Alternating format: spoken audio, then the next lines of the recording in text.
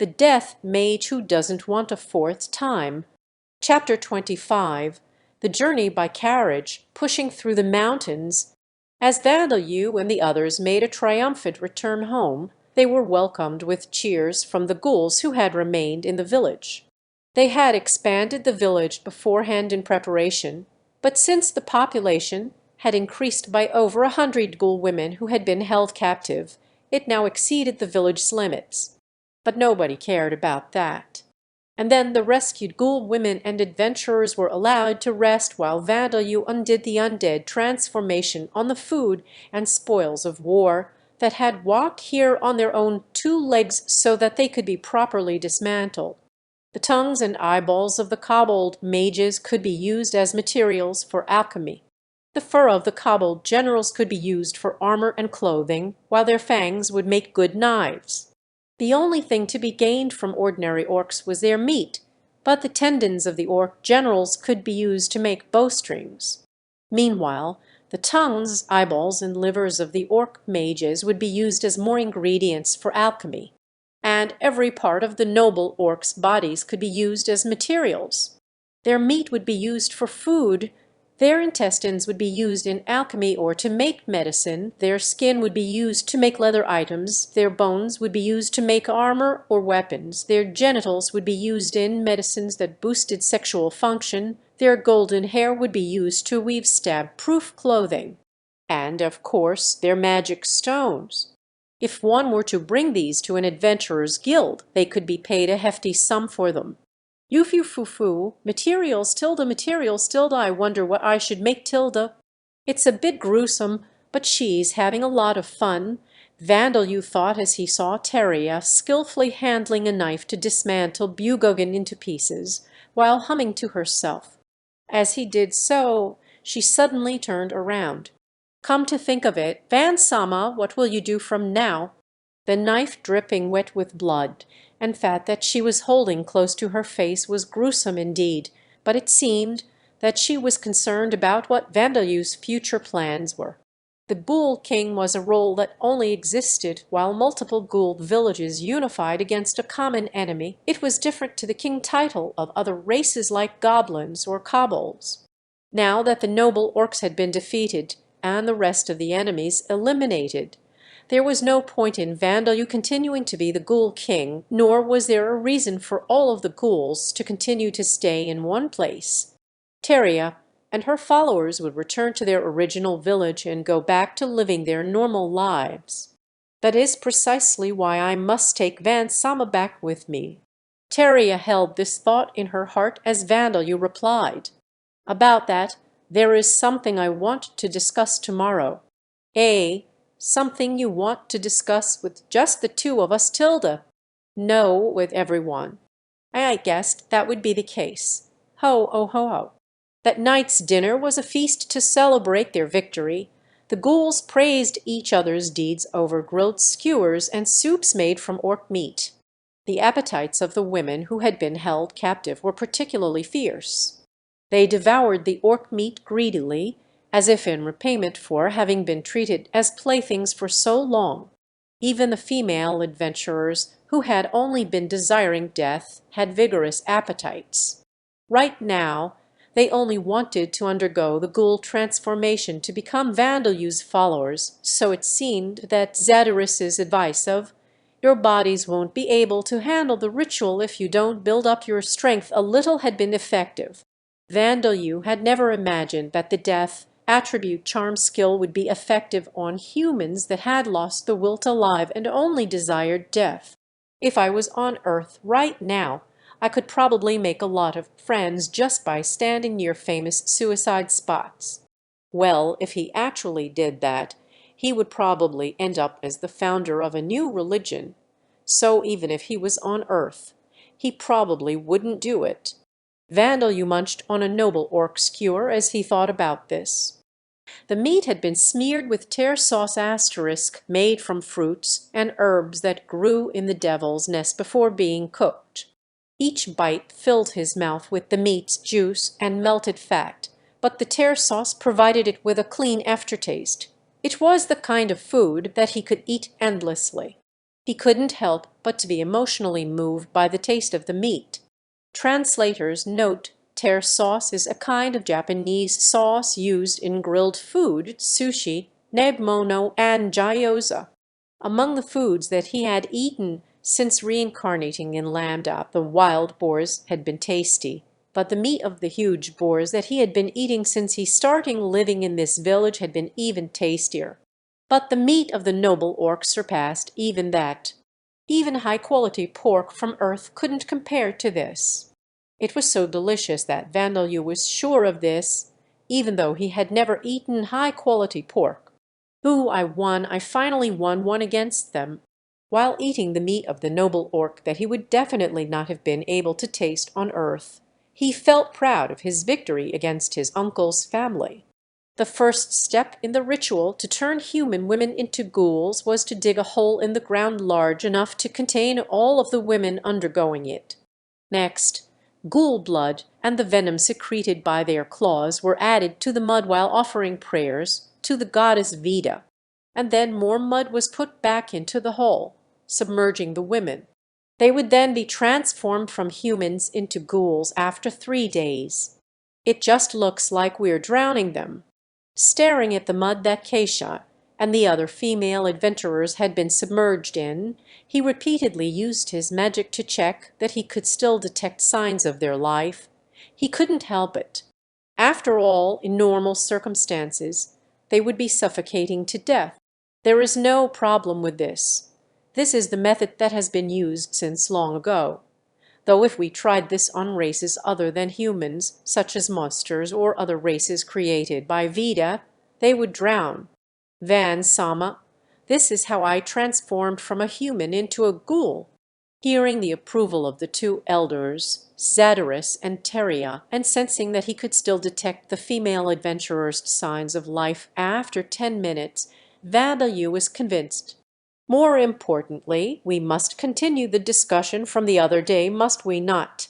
You're right. A night had passed since the victory feast, and the ghouls' festive mood had faded away. They were gathered together and were waiting for Vandeleur, including Teria. They thought that Vandeleur would now begin discussing the allocations of the 100 ghoul women whose home villages had been destroyed and now had no place to go, and the female adventurers that were being turned into ghouls, the promised magic items that would increase the birth rate of ghouls in Vandeleur's future. The women who had been made pregnant by the monsters would heal back to normal a few months after childbirth, and there wouldn't be a problem allocating 10 of them to each of the other villages. And they had even just obtained so much food that it would actually decompose before they could finish it all if it weren't for Vandeleur's method of preserving it. The female adventurers would probably all be treated as Vandeleur's spoils of war. That way, it wouldn't take any time or effort to teach them various things after their transformation into ghouls, and Vandeleur had achieved enough to deserve that. It was strange that one of them wasn't undergoing the ritual and under Vandeleur's personal care that was probably Vandeleur's favorite. Vandeleur had promised to distribute the magic items when he made them. Zadorus's and Teria's villages would compete for which village would have Vandeleur stay with them, so there was no need for them to say anything about that. The great number of ghouls gathered here expected that these were the topics that would be discussed. However, Vandeleur proved those expectations wrong with the tone of his first word. Everyone, please listen to me calmly. By summer at latest, there will be a large army of humans coming here to kill us all. It was April, about 2 months after the news that the noble orc's village had been annihilated by a pack of ghouls led by a Dampier. An extermination force of 1,000, organized under Marshal Palpapic's leadership, invaded the Devil's Nest Forest. There were 300 D-class adventurers and 100 C-class adventurers. There was also a brigade of holy warriors of Alda with High Priest Gordon as their leader, the B-class Greenwind Spear Riley, who had formerly belonged to the 5-colored Blades, as well as the soldiers and knights. For the sake of perfection, the Marshal had wanted to hire several more B-class adventurers, but gathering too many adventurers of B class or above in one place would cause problems in dealing with monsters elsewhere. So he had gathered capable C-class adventurers instead to create an extermination force of this size. Hey, sorry, but the dampier is mine. Back then, I had to let it escape because Hines didn't agree with me, but I'm free now. I'll add this to my list of achievements. Do as you wish, as long as the blood of an evil vampire and witch is stamped out, the god will give his blessings no matter who performs the task. The grinning Riley and High Priest Gordon, whose mouth was turned down at the corners, were the centerpieces of the extermination force, and everyone expected these two to defeat the higher-ranked ghouls and the Dampier. Even the other adventurers and knights followed their commands. Both of them were top-notch among adventurers, and since they possessed the strength of B class that surpassed the boundaries of human capabilities, it was only natural that they were being treated this way, as the extermination force contained no adventurers of a class or higher. Marshal Palpapic had constantly stationed spies between the town and the Devil's Nest to make sure that the ghouls didn't come to attack the town, but the ghouls had shown no movements until now. The ghouls are expecting us to come to them. I can only pray to my God that they do not strike you when your guard is down, turning you into experience points for them. Gordon. The fact that the ghouls weren't coming out of the Devil's Nest despite knowing that the humans were on the move no doubt meant that they had prepared themselves and were planning an ambush. That was the conclusion that the leaders of the extermination force, including High Priest Bormac Gordon, had come to. That was why all of the members of the extermination force looked nervous. I don't need you to tell me that. They'll just become stepping stones for me to surpass that naive Hines. Since Riley had left the 5 colored blades, the number of direct requests and the way the guild treated him had changed remarkably. He was still an obscure individual, so he was desperate to build achievements for himself by accepting the marshal's request. That was why the expression on his face was that of excitement, not nervousness. His head was full of thoughts of raising the Dampier's severed head in the air, deepening the trust that Marshal Palpapic had in him, having a successful career, and becoming a Marquess's personal knight and spearmanship instructor.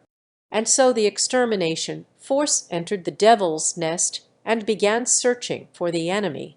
They knew where the noble Orc's village was, but the locations of the villages of the ghouls who had destroyed it were unknown.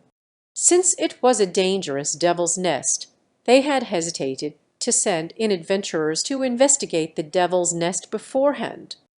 They couldn't send spies in, as they were weaker in combat despite their information-gathering abilities. The reason for this was because they had concluded that the Dampier was a spiritualist. Spiritualists could communicate with the spirits of the dead to gain information. If the spies and adventurers were discovered, they would be killed mercilessly, and then the Dampier would gain information from their spirits. Since the dead were talkative, they had to be careful about losing personnel. The search for the enemy was difficult. We've only found goblin and kobold villages. We've encountered 2 or 3 orcs, but not a single ghoul has been seen. Yeah, and other than that, there's been huge boars, the mad boars that are superior to them, impaler bulls, iron turtles, giant rats.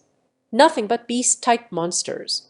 It wouldn't have been unusual to at least come across a small platoon of ghouls keeping an eye on this area, but the extermination force couldn't seem to find any ghouls. No, they did find a ghoul village, but no good. All we found there were goblins who had settled in. There was nothing left in what seemed to be the remainder of a ghoul village that they found.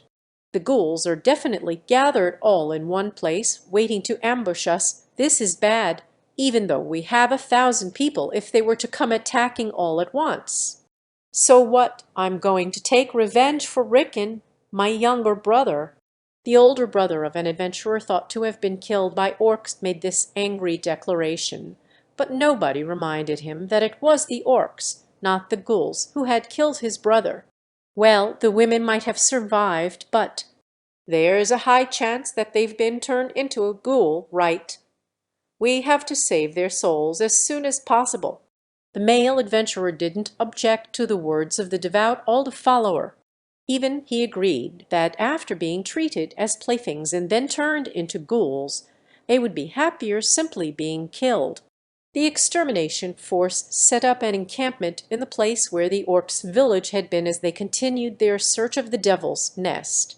However, their search turned up only monsters that weren't ghouls, and even after several days there were no signs of the ghouls coming to attack them. Of course, that made no difference to the fact that they were staying in a dangerous devil's nest, but since they had more than enough manpower gathered to deal with the normal monsters appearing in this forest, the air of tension around the extermination force began to loosen. More carriage wheel tracks. What could this mean? "Doesn't that mean that we've passed through here before?" "You idiot, the carriages are back at the encampment." The extermination force was using multiple carriages to transport supplies. Even though this devil's nest was a forest, there were 5-meter-long mad boars rampaging around and knocking down trees, so there were plenty of large animal trails that carriages could travel through.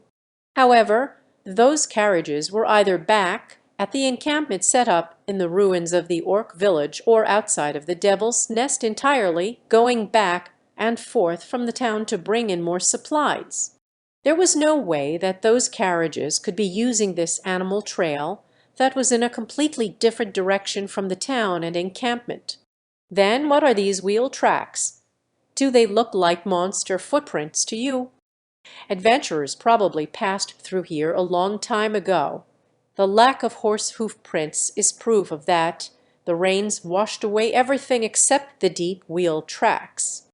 The soldiers and adventurers here decided that this man's deduction was reasonable, so they didn't bother reporting it to the higher-ranking individuals of the extermination force.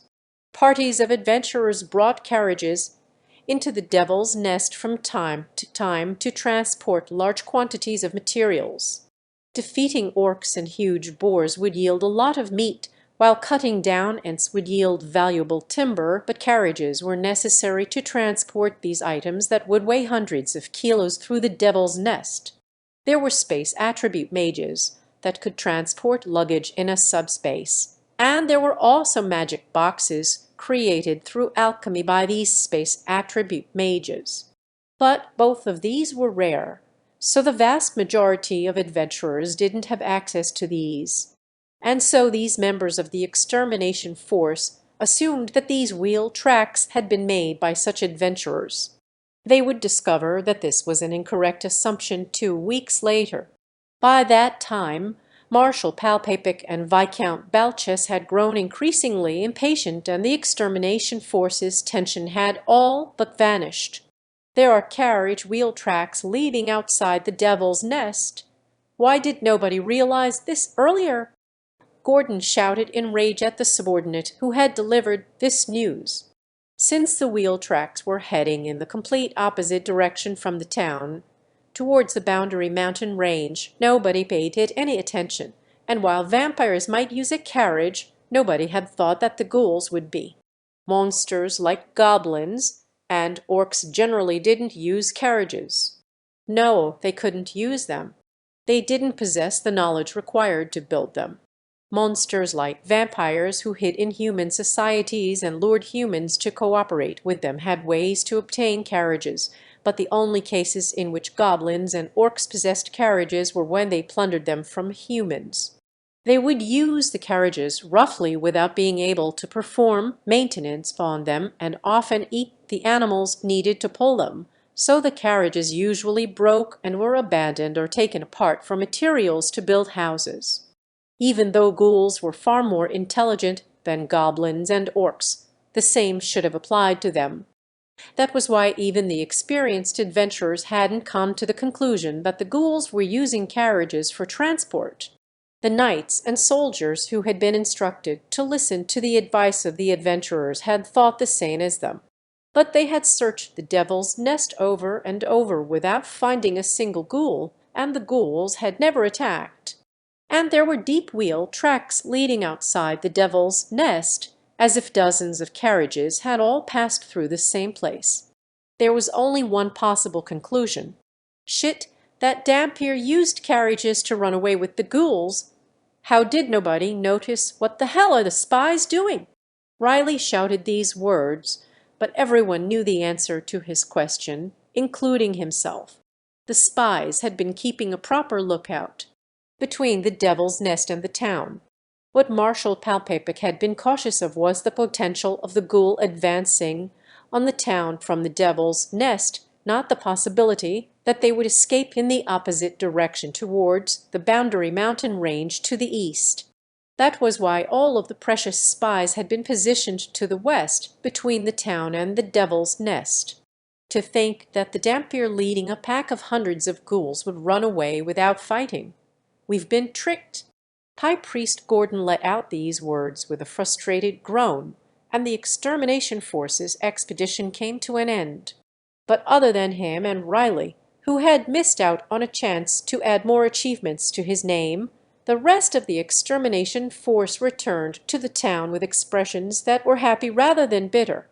They had also missed out on the chance to gain money and add achievements to their own names from defeating the ghouls, but they had collected quite a lot of materials, magic stones and body parts that served as proof of having killed monsters from defeating the other monsters in the Devil's Nest. And since the nation had funded the expedition's expenses, they hadn't lost anything. The knights and soldiers had been getting paid higher salaries for being on a dangerous expedition, and they had been eating the meat of mad boars and such that they wouldn't normally get to eat often, so they were very satisfied. Viscount Balchas was dancing for joy inside when he heard the news that the ghouls had escaped towards the Boundary Mountain range and the Extermination Force hadn't sustained any casualties. If soldiers and knights had died, he would have had to pay money to their families as compensation and find replacements for the lost personnel. He was a little uneasy about the fact that the ghouls hadn't been exterminated and the threat hadn't completely disappeared.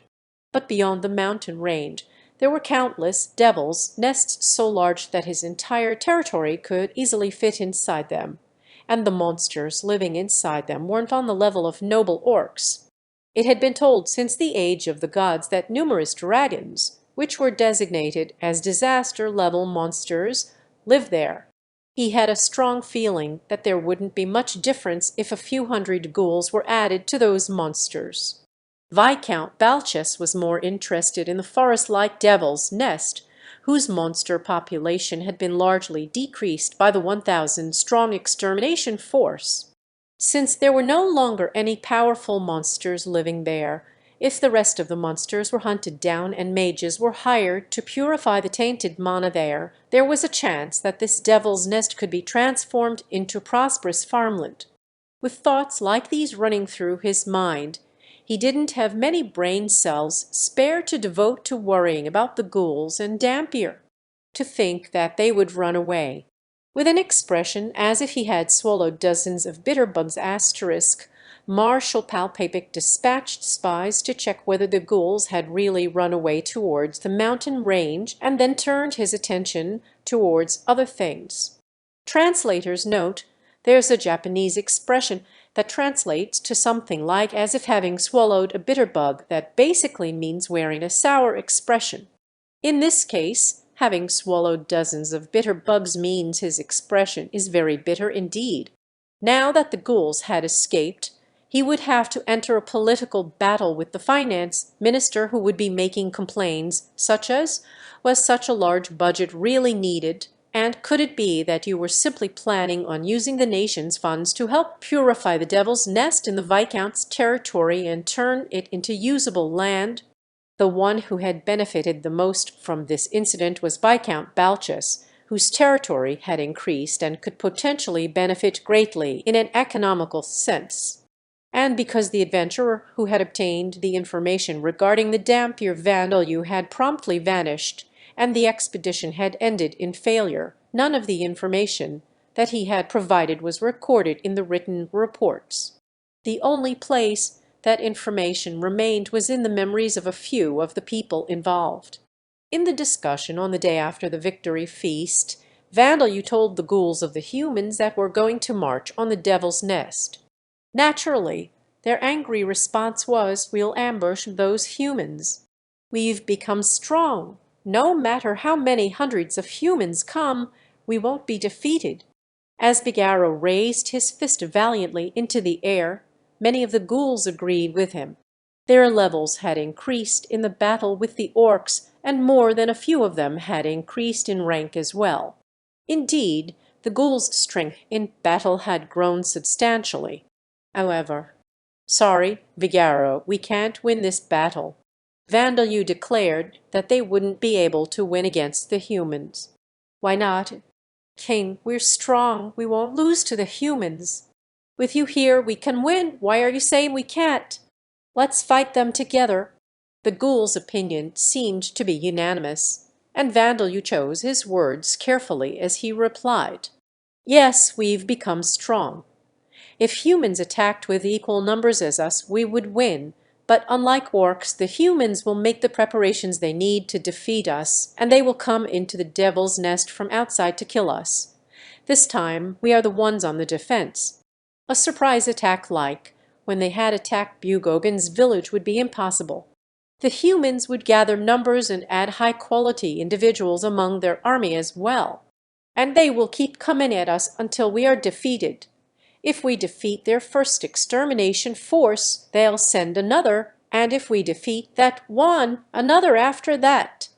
There will be no end to it.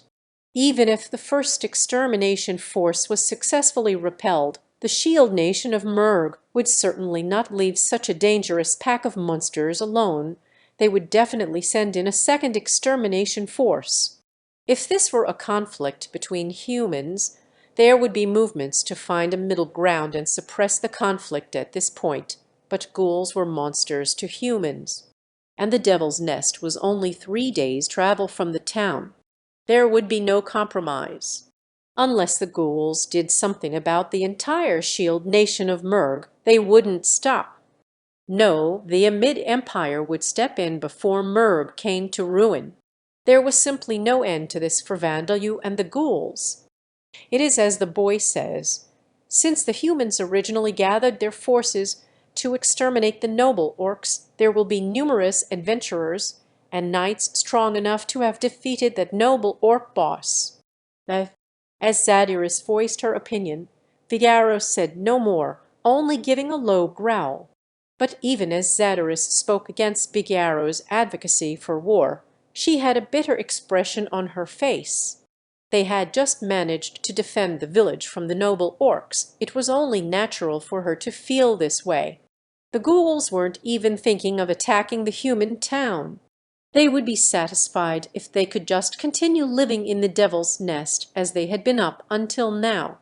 Despite that, the humans were deeming them dangerous and sending an extermination force to kill them. For the ghouls, it was absurdly unreasonable. And though Vandeleur didn't show it in his expression, he felt ashamed. He felt bitter that he couldn't grant the wishes of the ghouls he thought of as his family, the ghouls who loved him so dearly. If he could build dozens of sturdy fortresses, erect a stone wall surrounding the whole Devil's Nest and make an army of thousands of golems, he would be able to protect this Devil's Nest. And we have people that we need to protect. Most of the women that had been rescued were pregnant. They were in no state to fight. Of course, there were also Bilda and the other ghoul women who were also pregnant with ghoul children. Nobody wanted to expose them to danger. Yes, what we want is the survival of the species. We should choose a defeat where we save as many people as possible over a victory where we sacrifice many and only a few survive. As Teria spoke, with a sigh, the ghouls' desire for war subsided completely. There were still many who truly wanted to fight. But Zadyrus was clever, Bigarro was silent, and Teria was convinced. In this situation, the ghouls whose society was founded upon respecting the powerful couldn't voice their objections and simply had to agree. But what will we do from now? Hiding would be impossible, and even if we were to run. Ghouls needed a devil's nest to live in. The ghouls' reproductive capabilities declined even further outside devils' nests, and there wouldn't be enough prey to feed this population. It would also likely be impossible for them to suddenly cultivate the land to start using agriculture for food. I have an idea of where we can escape to, though it's a bit far away. However, as Vandeleur explained about the devil's nest found by the undead bugs that he had released in case the ghouls were unable to defeat the noble orcs, the problem of where they would escape to was solved. Their destination was a devil's nest ruin, past the western edge of the Boundary Mountain range. Best of all, he had discovered that there were undead in that devil's nest. Because of Vandeleur's death attribute charm skill, they would instantly become allies. With that being solved, discussions were over quickly and the ghouls immediately began preparing for the big move. The first step was to deforest the devil's nest to the point of making the Ents that lived here extinct. Vandeleur used the gathered lumber to make carriages, cursed carriages, one after another. It seems that I have many kuhais * now. Translator's note for those who don't know: kuhai means junior, opposite to senpai meaning senior. The spirits used for these carriages were those of the orcs and other monsters that they had killed in large numbers several days ago, so they didn't possess skills like precise driving. But as long as they were sturdy carriages that moved on their own, that was enough. And then the female adventurers completed their transformation into ghouls.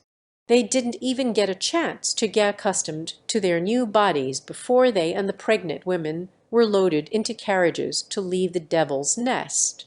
Vandeleur had confirmed that there were no spies in the direction of the mountain range using lemurs and undead bugs, so it was not a particularly hurried departure. And then it was April. Over a month had passed since the ghouls had left the Devil's Nest forest. As part of the leading group of the ghouls, Vandeleur was sitting in Sam's carriage. The road was steep, but the journey was going well apart from 3 problems. Surprisingly, the mountain range isn't anything special. It's funny to say that while completely wrapped in furs.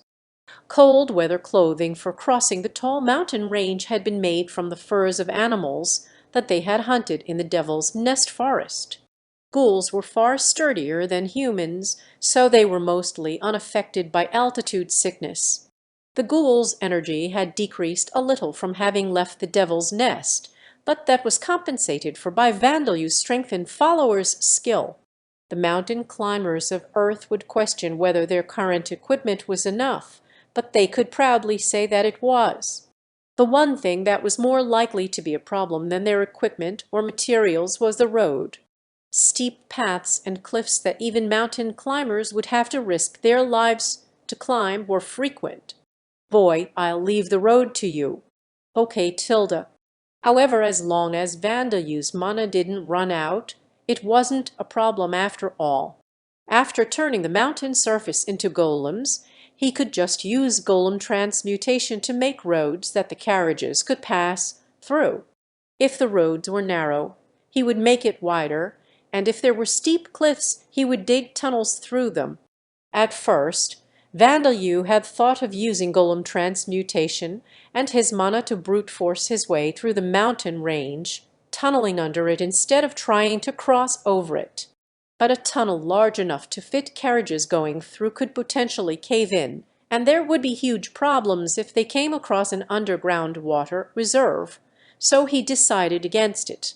And not long after the ghouls passed through, the roads would turn back into narrow paths and steep cliffs.